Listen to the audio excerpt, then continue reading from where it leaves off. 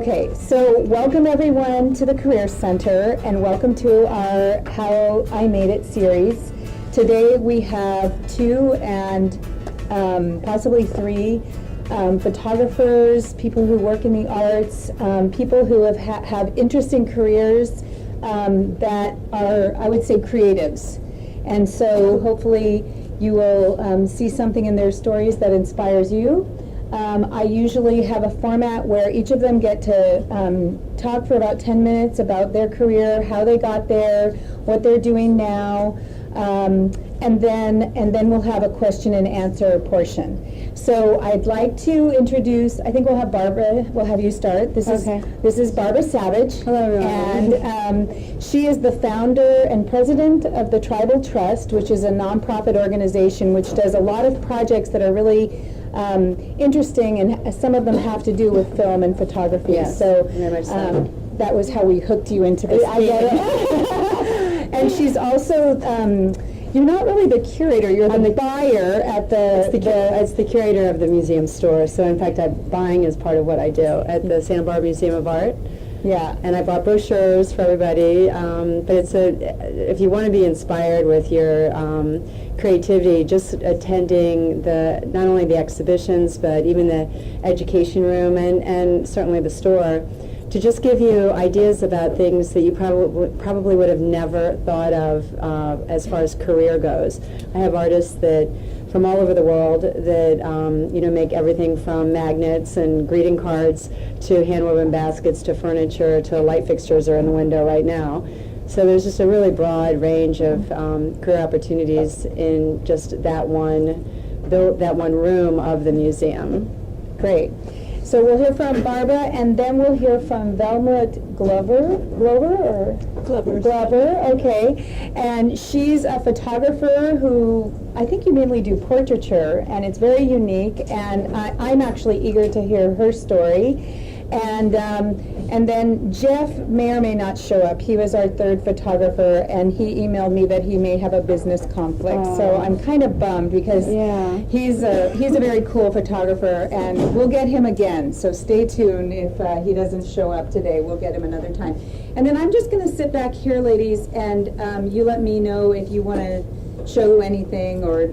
Could you scroll up a little bit, or scroll down rather on that? Yeah, there we go.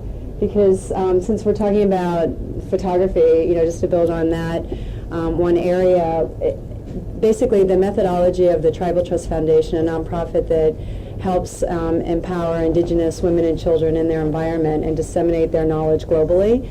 We have, at the request of Indigenous peoples, I'm speaking primarily about earth-honoring traditions that don't use money. They're basically gifting economies like the Sam Bushmen and the Kalahari. The video right there of the Mabuti, those people live in the Turi forest in the Congo, one of the most dangerous places in the world. So it's a true miracle that I'm sitting here today, because my life was threatened 24/7 when I was there to understand what they requested from the Tribal Trust to help their community, and it was photography and video to show that they existed, because in fact the Mai Mai militia came in just a year later and killed most of the people, took child soldiers. Unfortunately it's a theme that carries on throughout the Congo.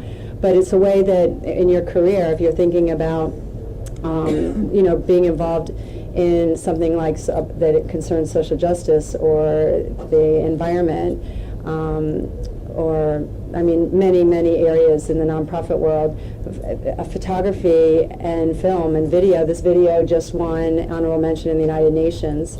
Those kind of initiatives, it's not, I promise you don't get paid much and you can lose your life if you're going to the Congo, but the rewards are priceless. I wouldn't trade what I do as a volunteer with the Tribal Trust Foundation for anything.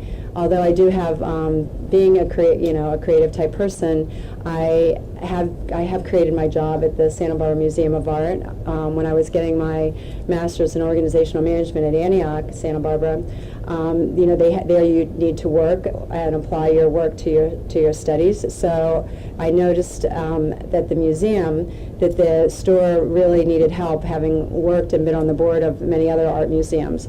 So I did market research for a week up and down State Street, and then I made an appointment and pitched them that they needed to have a store buyer. And I defined my hours, my job, responsibilities, and I recently just even modified that because I have other priorities right now with other career opportunities that I'm developing as we speak. So what I would want you to walk away from with what I have to offer today, and I'm really looking forward to hearing your questions, is that each of you have your own potential. You're all born for a reason, and I really believe that your career is just one expression of your purpose in your life. But when you follow your heart and you follow your passion in whatever you do, your life is so rewarding, and you don't consider like your career your job. It is your life. It is all one, and there's true happiness that comes along with that. Can you just, before we move on, can you tell us a little bit how the path that maybe got you to where you are now? Like, maybe what did you start out, what did you think you were going to be when you would grow up a long time ago? Yeah, that's a really good question, because I was remembering back in high school and then even in college, my interests, I really wanted to be, I majored in college in psychology and art, and I wanted to be an art therapist, and I also definitely was interested again in the gallery world and that sort of thing. I volunteered at the Philadelphia Art Museum, and now what I realize is that I'm doing all that. I feel like the art therapy that I do is through teaching as an adjunct at Antioch University, art in the creative process, where I teach people to basically create their dreams. And in a way, that quarter course is really psychology. It's very much each person who takes my class, they end up understanding something about themselves in the process that they didn't know before, and it gives them a clear direction on their path. Whether that's their career path or their personal path, it's all, again, the same to me. And then I was also, my parents were always saying, Barbara, you'd be so good at real estate.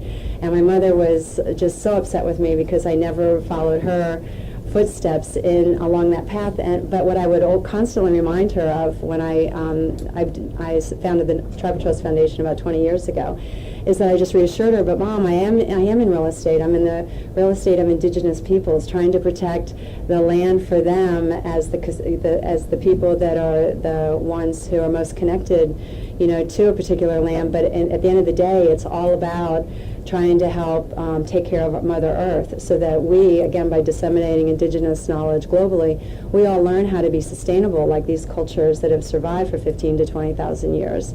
And don't overdevelop.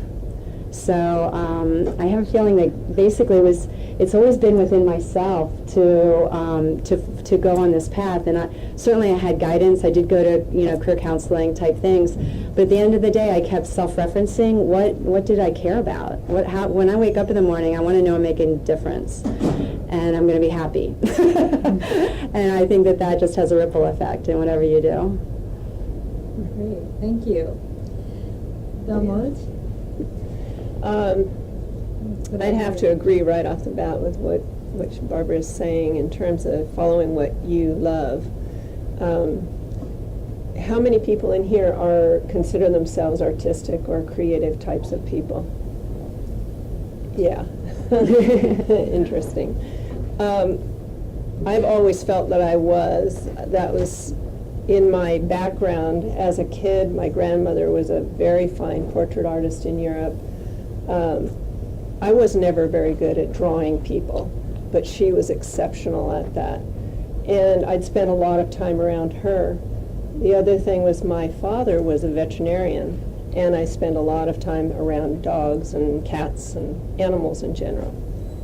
And the reason I bring those two things up right off is throughout my life there have been threads, and I think you'll find that you already have that as well, and you'll continue to see them throughout your life too.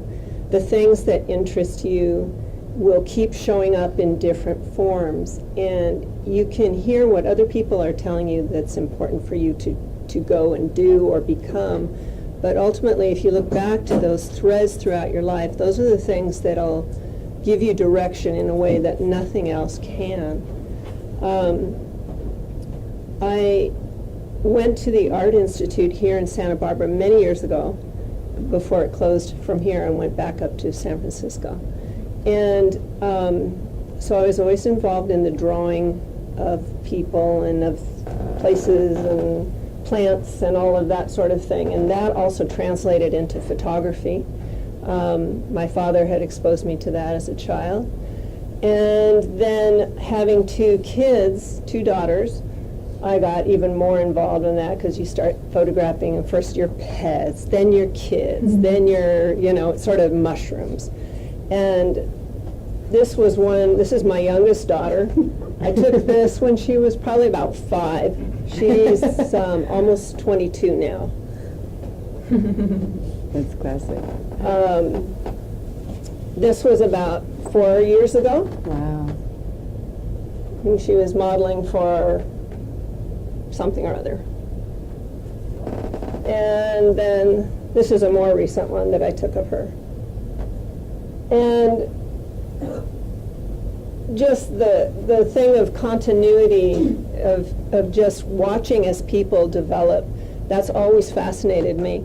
The other thing that I've found that got me really excited was I had so many women friends who went through different things in their lives at different stages, from being kids to young adults like yourselves, to older, to grandma and uncle and auntie's ages. And I found that I was hearing a lot of people saying how they didn't like themselves anymore, or they felt badly about themselves in some context. They felt they weren't good enough, they weren't attractive enough, they didn't have what so-and-so had, and it really bothered me. I had grown up with none of that sort of thing really around me. We never talked about having to be on diets and all that kind of stuff. It was just a non-issue, and yet it's become something so prevalent in our culture here.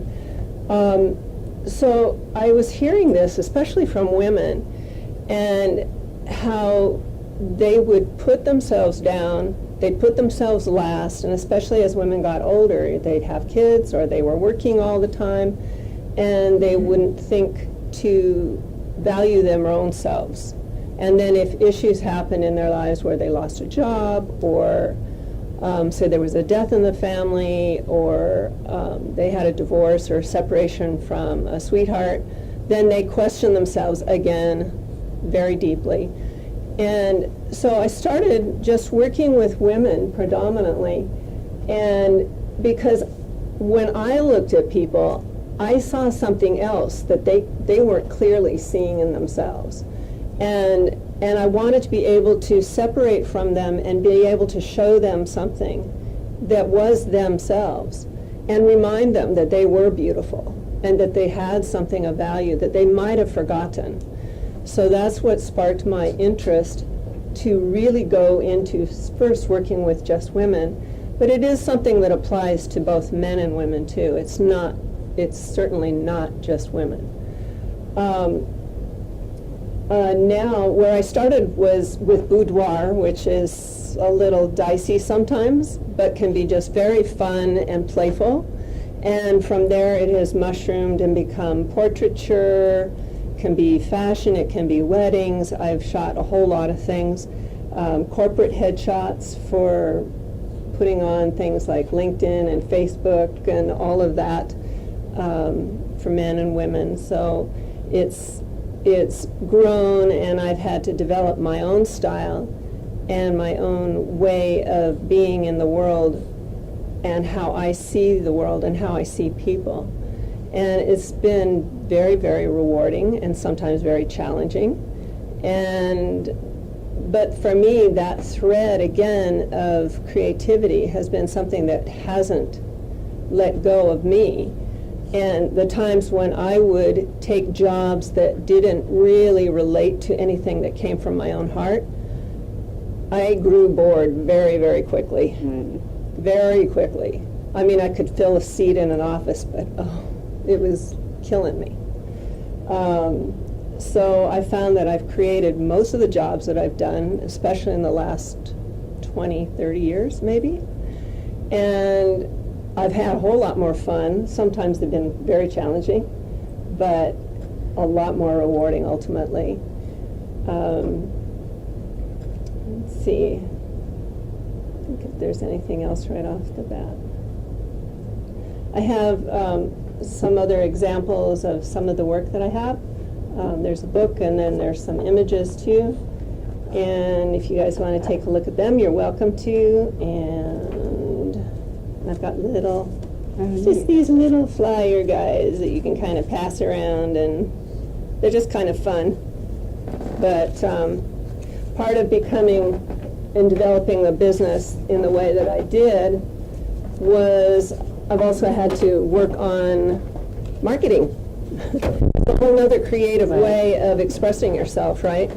And if you're trying to do all of it, you know, usually if you're an artistic person, you're good at the creating end, but maybe not at the nuts and bolts of something.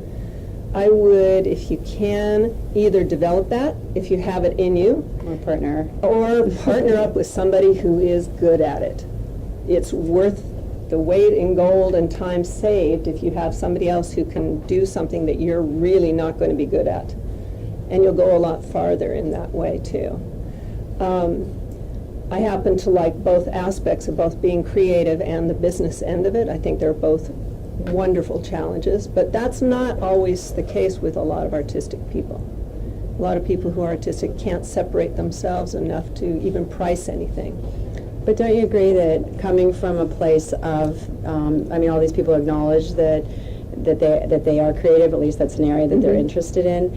With today's economy and what I see, not only with the students that I teach, but just with my own kids, my own adult children in their 30s, the people that are creative, that can think outside of the box and can shift and change with the radical changes that are happening in the world, you have a serious advantage over those people that are not as flexible or creative. And I also want to echo what, or emphasize again what you said about collaboration.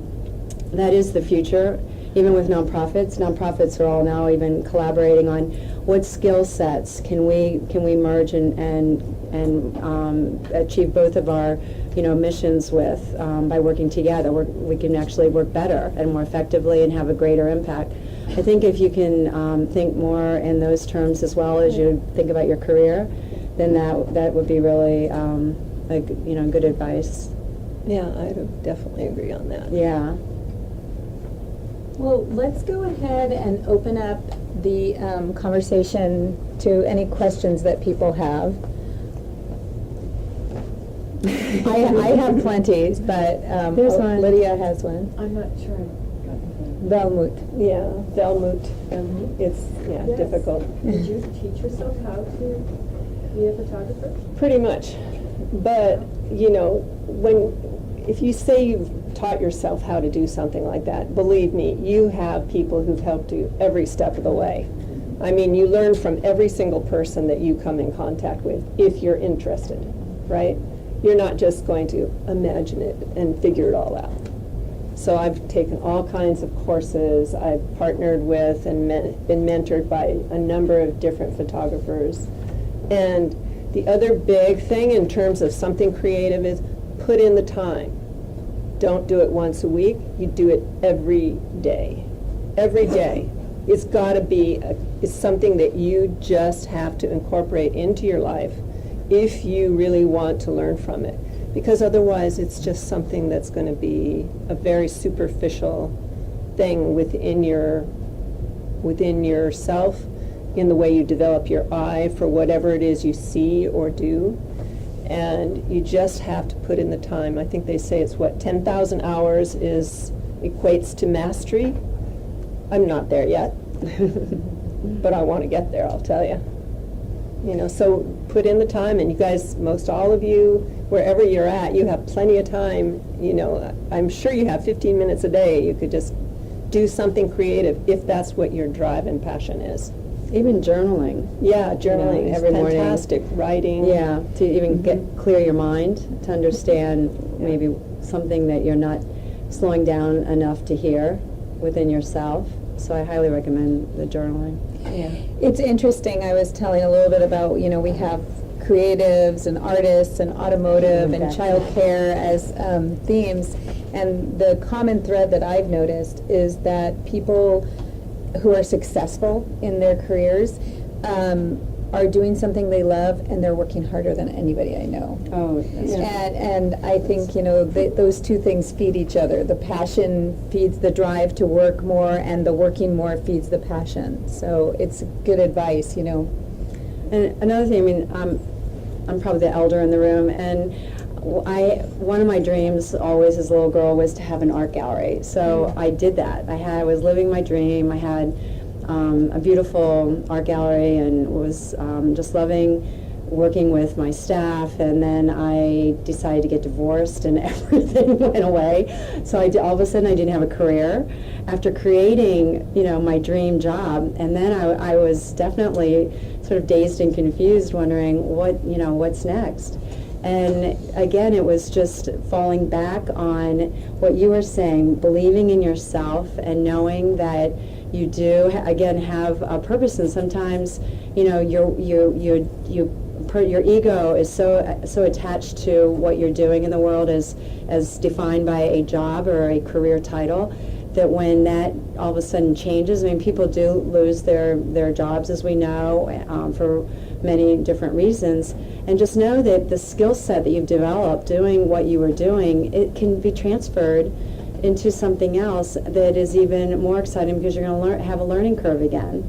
So I just, I also want you to think about that, like, I wish you all to have the opportunity to create that perfect job, but honestly, I really think my perfect job right now is what I'm doing now, when I thought it was what I dreamed the first time around.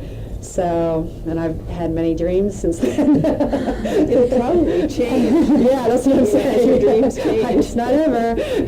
I'm still dreaming. This is a question that I had when I was listening to both of you, and that I've had for myself, and then I really am going to let you guys ask questions. But one of them is, when I think especially of creative careers, or of being a photographer, or something that's not like working in the world of business or being a trained, skilled professional, so to speak, how do you deal with the kind of nuts and bolts of making a living and doing what you really love to do? And then I think kind of attached to that is that feeling of fear, which sometimes has to do with doing what you love and just feeling afraid to do that, but also afraid that you're not going to make it, that you're not going to have the security, you're not going to have enough money, you're not going to have health insurance, or whatever else it is. So I'm just curious how those things have manifested in you and how you've dealt with it.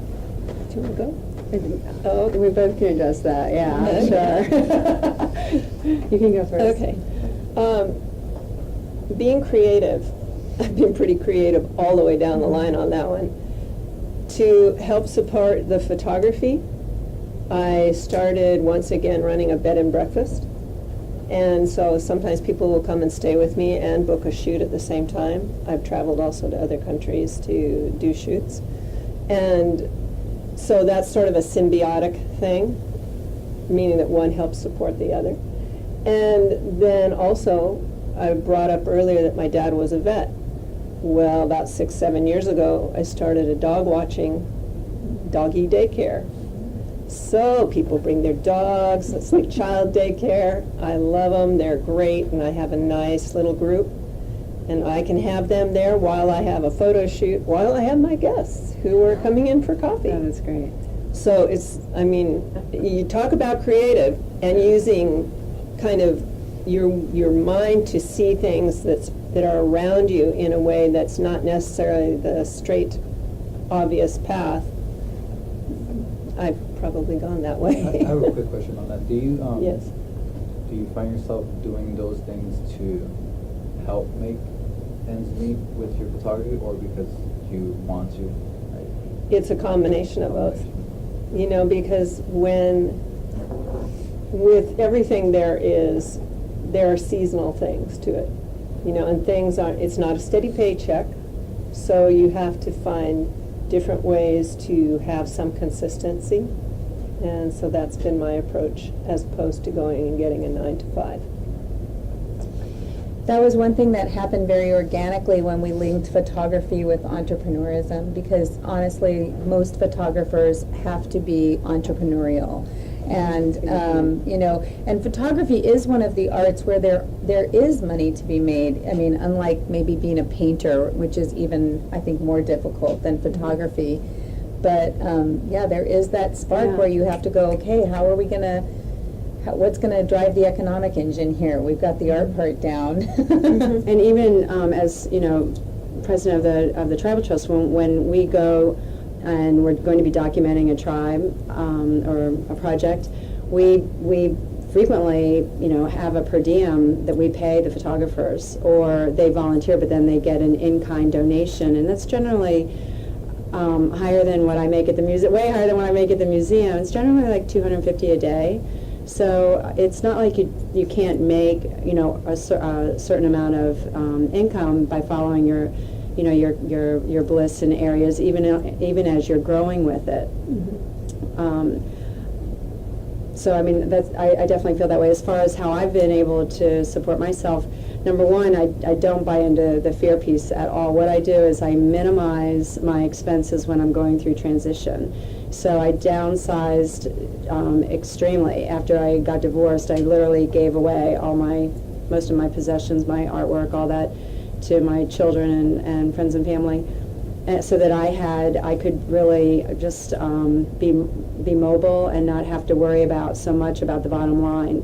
And that, not having that financial pressure of a mortgage, or even a high rent, was big. And then I also I just made very conservative but calculated decisions fiscally. Every year I really look at my financial picture, and I was getting advice at some point, and I'm not necessarily a woman of personal wealth. It's not that I had so much money, it was just that I realized I had a limited amount of financial resources, and I knew that for me to be able to develop a new career from my art gallery into wherever I was going to do, and I didn't know what that was going to be at the time, I needed the luxury of time, the luxury of being quote unquote a student like you guys are, of really your life course.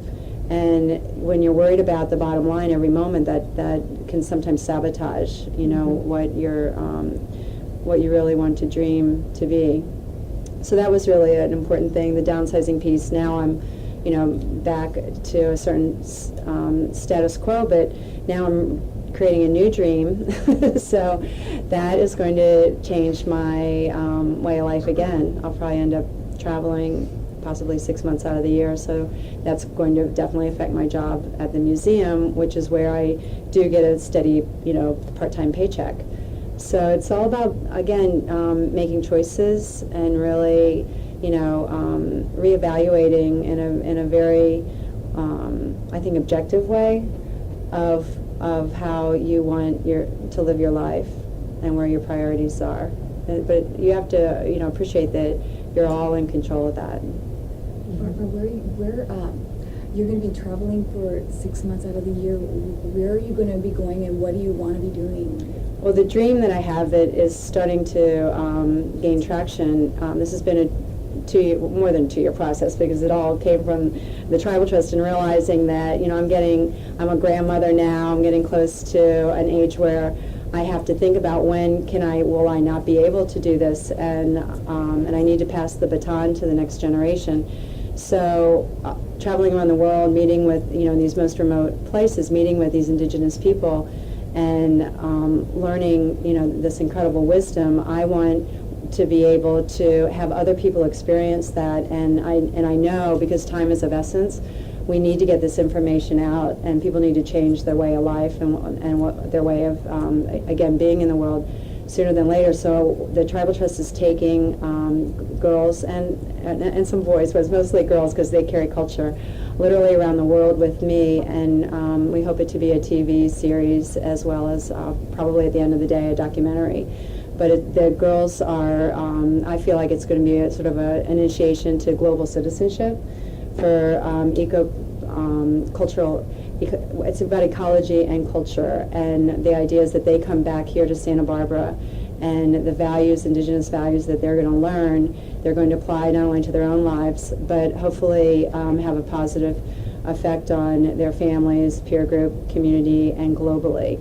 So that will involve traveling literally all over the world. I have personal experience on almost every continent with an indigenous hunter-gatherer society.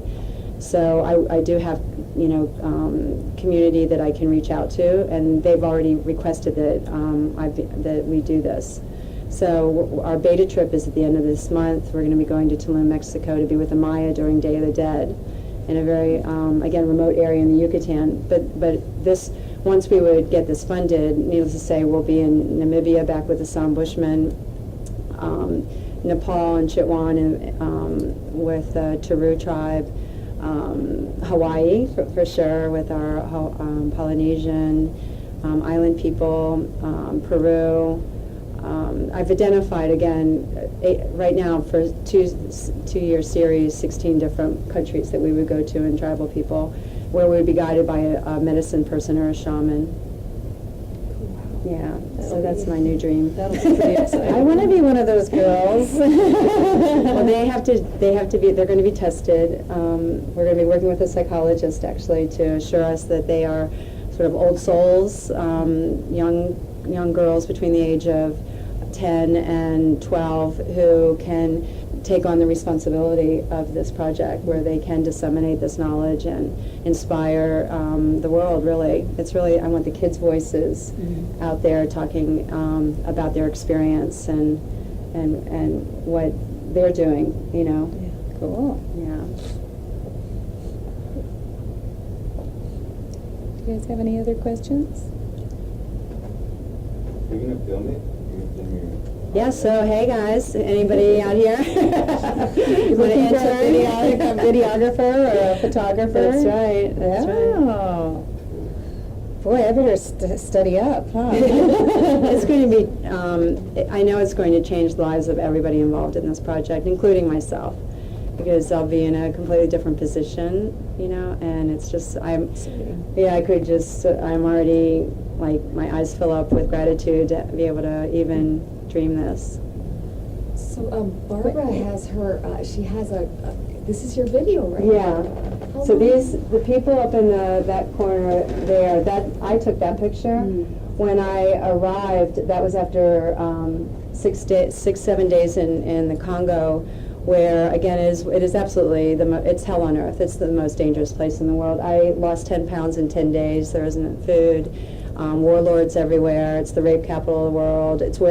But it's all that because of our cell phones and computers. I mean, so we have to really own some responsibility for what's going on with indigenous peoples who live in mineral-rich resource areas.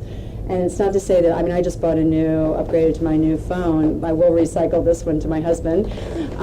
But it's about being conscious, and then we in the Western world can be activists in changing how these corporations do business in worlds like that. But the people that are in that picture, they probably were all murdered since I was there. The Mai Mai militia did come in, and the Human Rights Watch has not been able to go back. But the power of photography and that video, this is the only proof that we had that they existed, because this is just one example in the whole world. I come across this all the time, but the Mabudi, and that's the video, I do encourage you to watch it. It's on the website. They are pygmies. So the people who live, the other African people who live in that area, who are volunteers, they aren't the original people of that land, don't recognize the pygmies as human. So they are cannibalized because of their magic powers and things like that. But worse than that, here we are, 2013, Human Rights Watch, an organization that I do highly respect, they have yet to go into an area of genocide, and like in Rwanda with that genocide where a third of the Pygmy Batwa population died, a third, hundreds of thousands of people, not one name was ever recorded by of the Pygmies because nobody there, none of the survivors acknowledged the Batwa as being human. So Human Rights Watch needs a witness to say this person existed. So the power of this film and these photographs is, I will go back, and I mean, I don't cherish the idea because I really don't want to be killed, but I will go back on behalf of these people and be witness that they existed, so that we can change that. That's part of a cancer in our global society, for us not to recognize that all humans are human. I mean, how basic is that? And until we can heal some of these distorted, sick, hurtful, harmful thoughts and biases and attitudes towards other people, I think that we're never going to have peace on earth. I want to honor this gentleman. He had a question. I kind of just had like an individual question for you. What was the coolest project that you've done to date, and what was the coolest, like, in opinion, coolest photo shoot that you had the most fun with there? Well, right now I'm working on something actually with Cami, Oh, neat. which I really feel strongly about and love tremendously.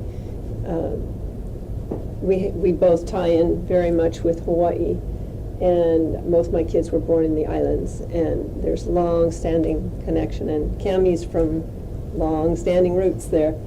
Anyway, she's working on her thesis, and I'm doing photos to go along with what she's working on. And how can I say any more? You should be the one saying. Well, okay, so my thesis is on why do Native Hawaiians leave Hawaii in the first place as an adult? You have to choose to come here and make the mainland United States your permanent home. So why would you leave paradise where everybody's so kind and nice and there's all this spirituality? Why would you leave?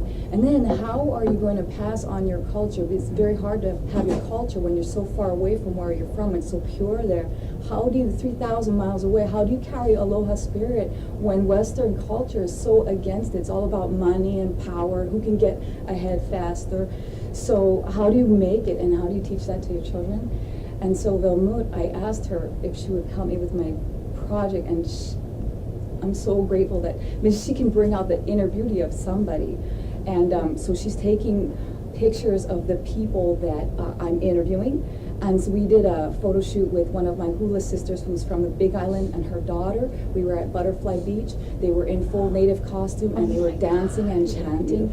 It was magical. Before you know it, I mean, the sun was setting, the beach was, and we had a whole crowd of people around us going, that's insane. And she caught it, you know. It was really cool. Well, that's what the Tribal Trust is doing. So obviously, you guys are going to be the Hawaiian piece. Yeah, and we have a lot of connections that we could It's about probably bringing offer it in that back. sense. Yeah. It's all about networking, people. And it is collaboration. We're already collaborating. We did not set this up. That's so great. In that same vein, this daughter right now has been in Australia since December, traveling a lot, and now in Bali.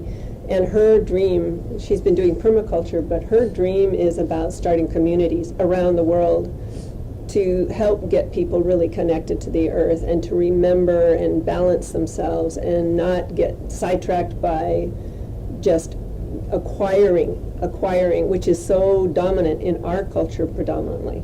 Right. But instead of, everybody having to have a house, everybody having to have the same thises and that's, learning to share and learning to share amongst ourselves, and that's the thing with my starting the bed and breakfast and all, both in Hawaii and here, is sharing the resource that I have, which happens to be my house.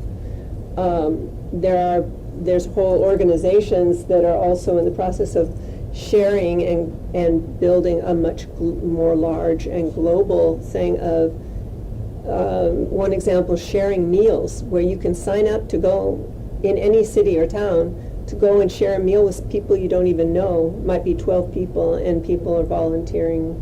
I'm going to cook a meal here, and they put it on a site, and people sign up for it. So it's another way, That's kinda it's cool. this kind of thing of sharing and not having to just acquire for yourself only. And it gives your own life a whole lot more meaning to share and not just to take.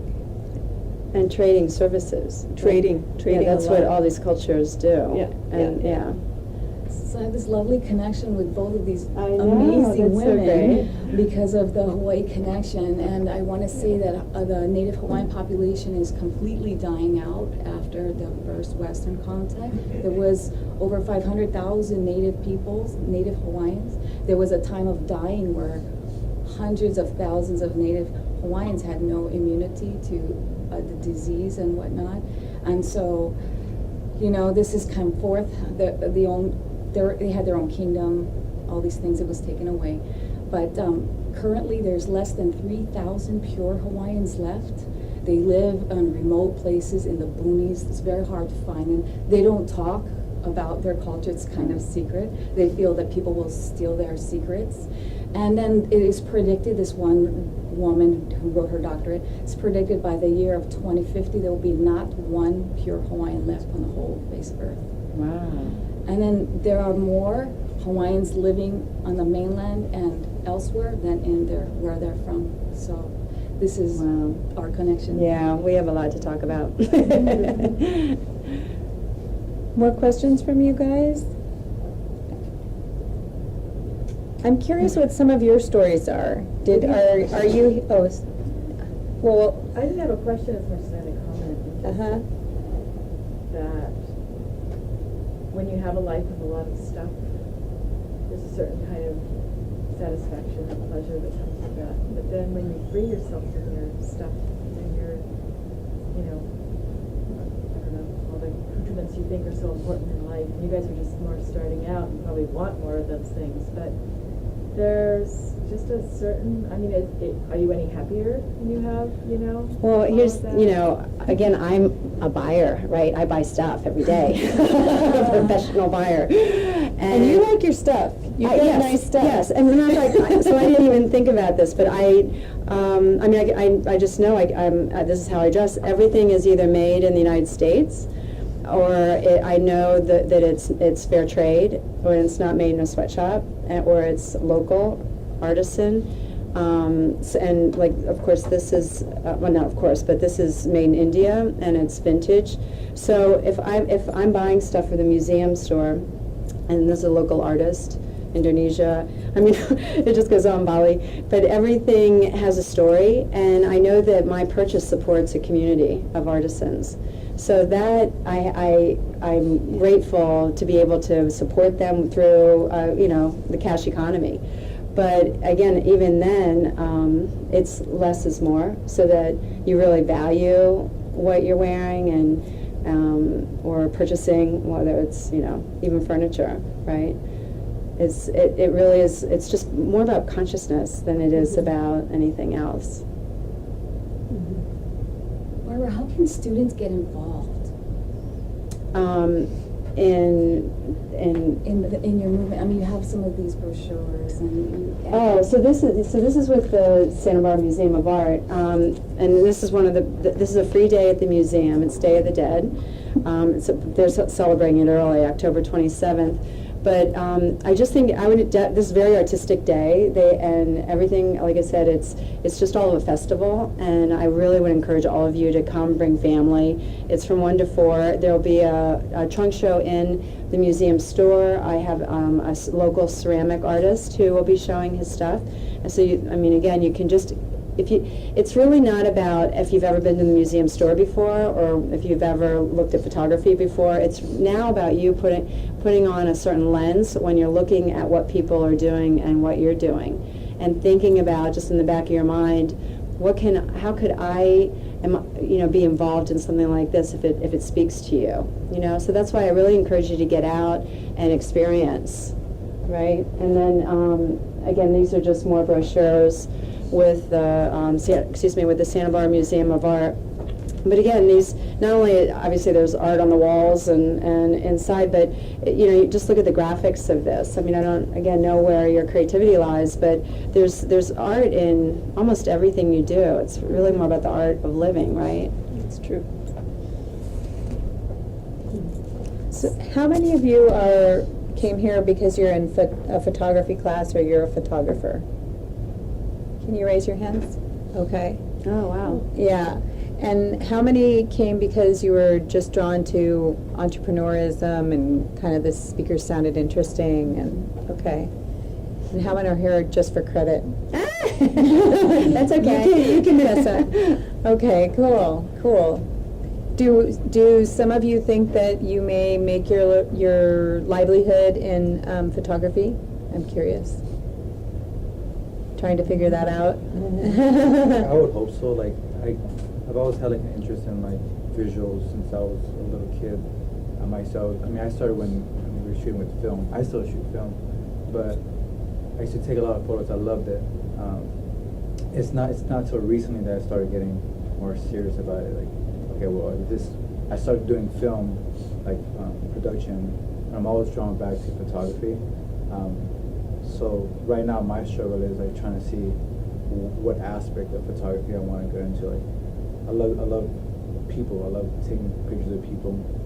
I started with street photography, portrait work. I mean, I'm sure that's like a whole different ballgame. And then documentary photography, just even going somewhere out and like again, that's with people too. Like, but gaining that experience as well, like a whole different culture and a whole different experience. Like that's where kind of I'm stuck. And I'm like trying to figure out where do I go? How do I make like, how do I fit myself into this? Because photography, like everyone is doing it now. But you can't think that way. Yeah. I'm sorry. I agree. This town has a lot of photographers, and there's a lot in this world. But the same thing with art and painting and whatnot. If you're worrying about what somebody else is doing, you're wasting your time. You should be doing the painting and taking the photos instead. Don't think about what other people are doing, or that you may not be good enough, or that you don't have it and you don't measure up to somebody else. Spend the time to get better. Just keep working at what you do. And I think, And there's resources. yeah, to even keep again, a learning. museum, we have a really strong photography department with Karen Sinsheimer, internationally recognized curator of photography, and there are many free lectures that she organizes, and I think there's one, I know there's one this month, I think it's on Sunday, that if there's an October 19th, that's sort of registering in my head. I'm not sure that's the right date, but it's all That's a on Sunday. Okay, it's all on California photography. So that would be I think it's 1 to 3, something like that.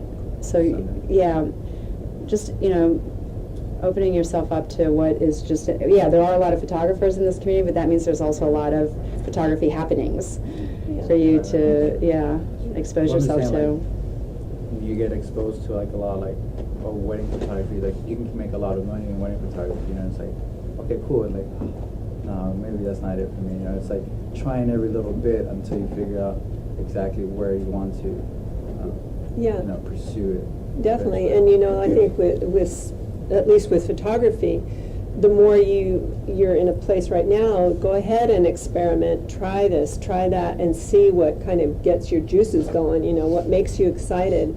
I mean, in some direction you might get more money, but does it get you excited when you're doing it?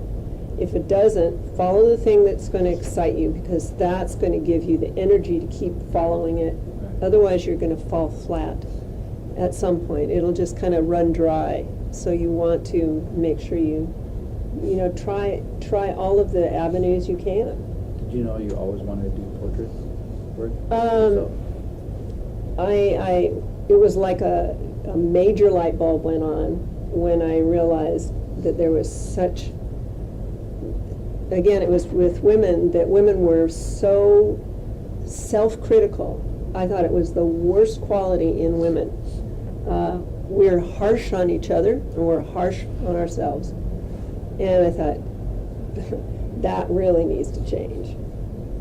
And it may not be changing the world, but you work with one person at a time. And if I can make a difference, and if somebody feels better about who they are and realizes that they do have value and they are beautiful, that's great. I love that. That's great. Will you take Yeah. my picture? I would love to. Seriously. No, I'm serious. I would need a love to. professional picture. So see, look, she just Yeah. got it John. I definitely want your card. Yeah, we'll do that. That'd be great. Okay, good. Question back there? Question about, do you think the quality of the camera brands have effect on your pictures? And that's a really good question. You know what? At a certain point, yes, but at a certain point, no. What was the question? I'll tell you a story. What does your camera type influence the quality of your work? This young lady and her daughter and my daughter all went to Cuba for a month on a photography course. Wow. And within the first few days, my daughter's very nice camera fell and broke. So she was there for a month, and you know what she used? She used her little iPhone. And you know what? She got some really good photos. And the thing was, I probably went through more feeling badly about the whole thing and feeling upset. Meanwhile, her attitude was, well, this is what's happened, and I'm going to make the best of it. And you know, it gave me chills because she turned that whole thing around. It wasn't about what kind of camera she was using. It was using her eye, using what she did have, and developing that and getting the juice out of it. Yeah, the teacher was like, would show everyone's photos, and then she'd go on and on and on, and like, who did this? And then it would be like Shantae, and then everyone would go like, gosh. She's taking them with a phone, and the teacher would say, what happens behind your eyes? More But than- it's how you see, how you see things, and how you compose, and your awareness of light and shadow and shape and expressions and things like that. So you take that awareness first, and then you apply it to the tool that you're using. And as your tools become better, you open up new avenues. But if you follow any number of photographers who are very good, who are, really, really good, they will tell you they've worked with very average cameras, very average, maybe one lens for a year or two before they ever would change anything. And still they became, they were making quite sizable sums of money with those kind of so-so cameras. So again, if you develop your eye, develop your style, and find out what that is, it'll start showing up in the quality of your work. Cammy and I actually interviewed McDuff Everton, who is a very well-known local photographer, and his first experience taking photos was just crazy. He was in Europe, he was young, he was like 17 or 18, and he saw this man who kind of realized he was a tourist and like just wanted to reject that. And so this other man, not McDuff, took off his camera, because it was like, this was a while ago, it was probably back in the 60s, and he took off the 17, camera. McDuff was Yeah, 17. McDuff was 17, but this other man took off his camera and said, I am not a tourist anymore, put his camera in the street and walked away. So this man is on his path of self-awareness and self-discovery, and McDuff is like, I'm 17, I don't have a camera. He picks up that camera, and that was his first camera. Oh, wow. He That's started great. taking pictures with that, and he was traveling through Europe, and this is back in the day, he's shooting on film. He just puts the rolls of film in an envelope and sends them back to his parents in the United States, because he's like, all right, I'm taking photos. He doesn't even know what his photos look like until like something like 6 months later.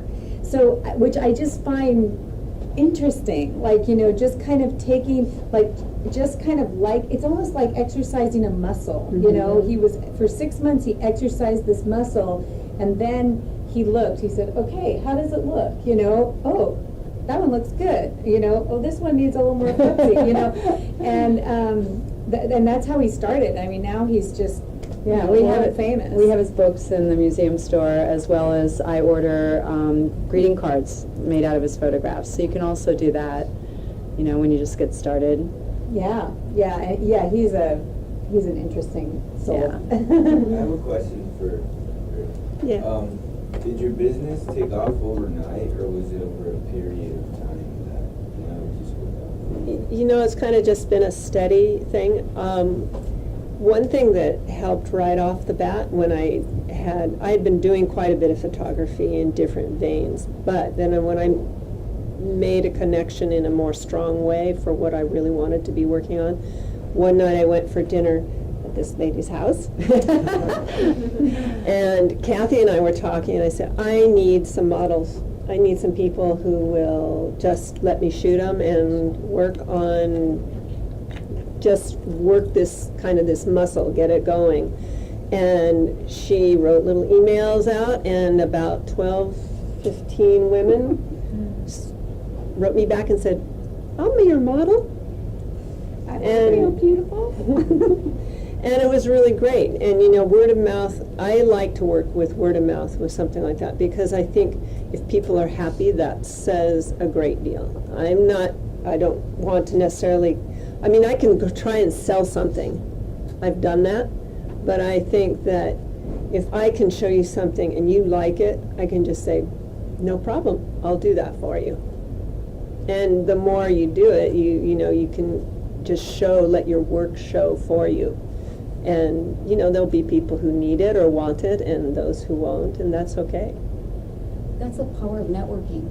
Yeah, networking. That's marketing, definitely, like promotion. Yeah, yeah. But I have to say, too, to add, it is the combination of who you are in front, like, without your camera. Like, that is your package. It's not the photo, it's the experience, actually. You're right, and building on that, in terms of your being a photographer and who you are with a million other photographers out there, your personality is the one thing nobody can duplicate. Don't forget that, and don't underestimate it, because that is really powerful. Then you have to believe in it. So it's like Believe in yourself. Branding yourself. Yeah, Yeah. yeah. So I also want to tell the students that I was trying to figure out what my topic was going to be for my dissertation. I knew it was going to be something Hawaiian and tribal, and so I went online to find, just looking, and that's how I found Barbara. It must have been about 5 years ago. Yeah. And I found her online, and then I called her, and she picked up. And I was like, oh no, now we're, because I'm nervous, right? Networking is scary. Well, it was then anyway. So, and then she said, I'd love to meet you for coffee. And okay, so we met, and I just wanted to know what she was doing, because she seemed so interesting, I found her on the museum site. She's just an interesting human being. And she agreed to give me, 20 minutes, half hour of her time. We ended up talking like an hour and a half. Like, I didn't want to leave, and it went by so fast. I know. And then, so you never know, if you meet somebody, they can help you with your career, you could help them. It's like, if you just don't be afraid, is what I'm trying to say. Yeah. Yeah, and Cammie touches on something that we really promote to students, and you're in such a great position to do what's kind of in our industry, the career counseling world, known as informational interviews. And as students, you really have kind of that carte blanche to call somebody up and say, hey, can I talk to you about what you do? I loved your website. I really loved what you're doing. I'm trying to kind of figure it out for myself. I'm trying to find what avenue I want to go down. And people love talking to students. People love sharing like that and giving back. So I really encourage you to be brave, and like Cammie said, don't be afraid. Just stick your neck out there. Just ask for an inch and then see what happens. Yeah, I do agree. I'm going to wrap up just because we're at the end of our time. I want to give a little gift to some stuff, sorry. And I want to thank you so very much for being here. I really enjoyed personally hearing from you and sharing it with the friends. Students, I'm hoping that you'll sign in on the little notebook that I'm passing around, because I'm going to try to have another one of these with the photographer who wasn't able to be here today, and I want to send you guys a special email inviting you to that. So if you can find it,